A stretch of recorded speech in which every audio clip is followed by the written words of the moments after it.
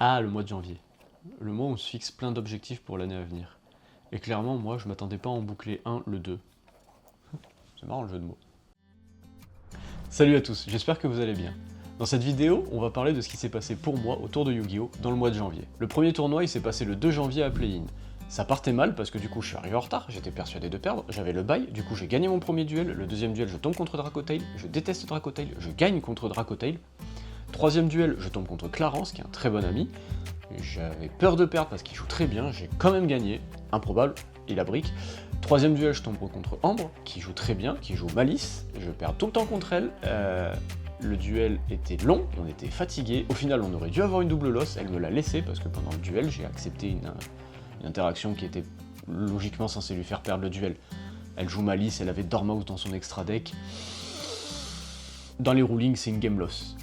Ouais, c'était un truc tranquille, donc j'ai dit ok, et puis au final, ça a fait qu'elle m'a laissé la game. Donc j'ai gagné mon premier tournoi, le 2, et c'était un des objectifs de l'année 2026, gagner un tournoi. Trop content. On avance dans le temps, et du coup on arrive au 21 janvier, un mercredi totalement random, pour lequel Konami a décidé de nous lâcher la banlist. Dans laquelle on apprend que Yumi s'est fait ouvrir, c'était histoire d'être sûr. Dracotail n'a rien pris, Mitsurugi a un peu pris, mais bon, on a passé Abakiri à 2, à 1 pardon, donc on en a perdu 2, c'est pas non plus fou, clairement on s'en fiche.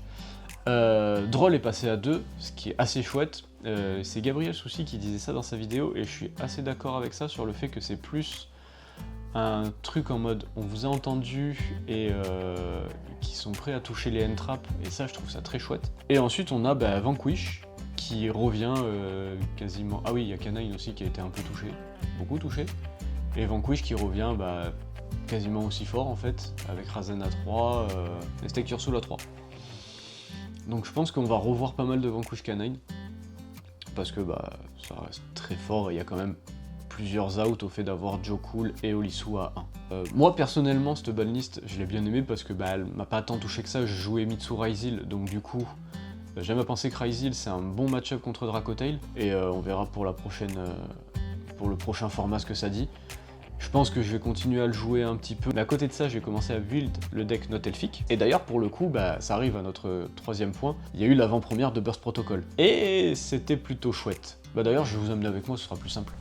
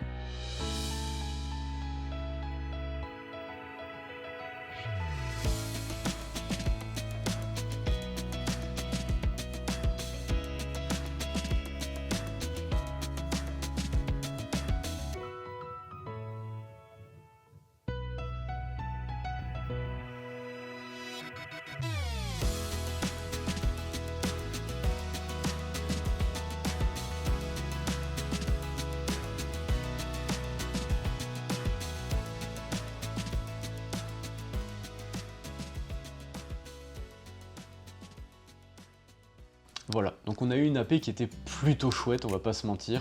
J'ai eu pas mal de chance dans mes 5 boosters, vu que j'ai chopé la couronne interdite, qui est sûrement la carte qui est la plus recherchée actuellement dans cette édition, en termes de staple. Et j'ai eu la synchro en ultra de Note Elfique. Comme je disais, vu que j'ai envie de jouer le deck, c'est toujours bien de l'avoir. On a eu le droit à un display complètement buggé de la part de Gauthier, où il a eu 6 ultras, 3 secrets, une Starlight, la Starlight qui était China d'ailleurs. Donc le display était complètement pété et c'était trop cool de vivre ça avec lui. Avec Louis, on s'est ouvert un display chacun. Dedans, j'ai eu Lucina, ce qui est trop chouette, parce que du coup, je la voulais, et ça fait toujours ça de moi à récupérer en Note Elfique. J'ai eu aussi l'Ultra de chez les Rockets, parce que du coup, enfin, pour le Dragon Link, parce que j'ai envie de jouer le Dragon Link, du coup je suis trop content. Et j'avais aussi un display à la maison, et il s'est passé ça. Derrière, nous avons une super qui sera... Oh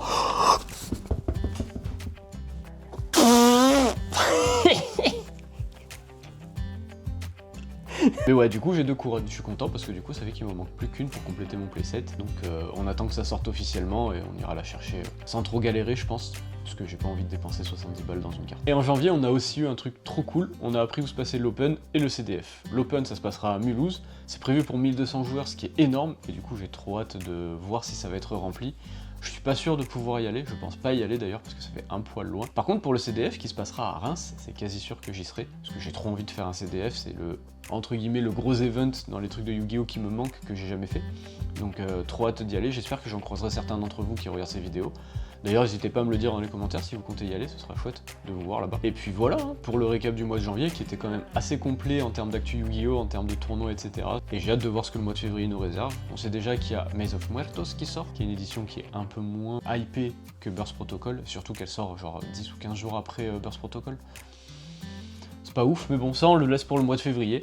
Du coup, il me reste plus qu'à vous souhaiter plein de chance dans vos ouvertures pour Burst Protocol.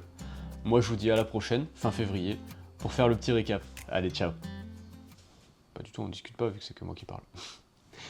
Salut à tous, j'espère que vous allez bien. Dans ce format, on va discuter... Toujours pas? Toujours pas. Ah. Salut à tous, j'espère que vous allez bien. Dans cette vidéo, on va...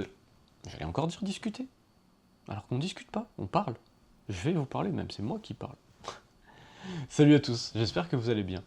Dans ce petit format, on va parler de ce qui s'est passé pour moi dans le mois de janvier C'est con, elle était bien. Salut à tous, j'espère que vous allez bien. Dans ce feed... Si j'articule, c'est mieux, non?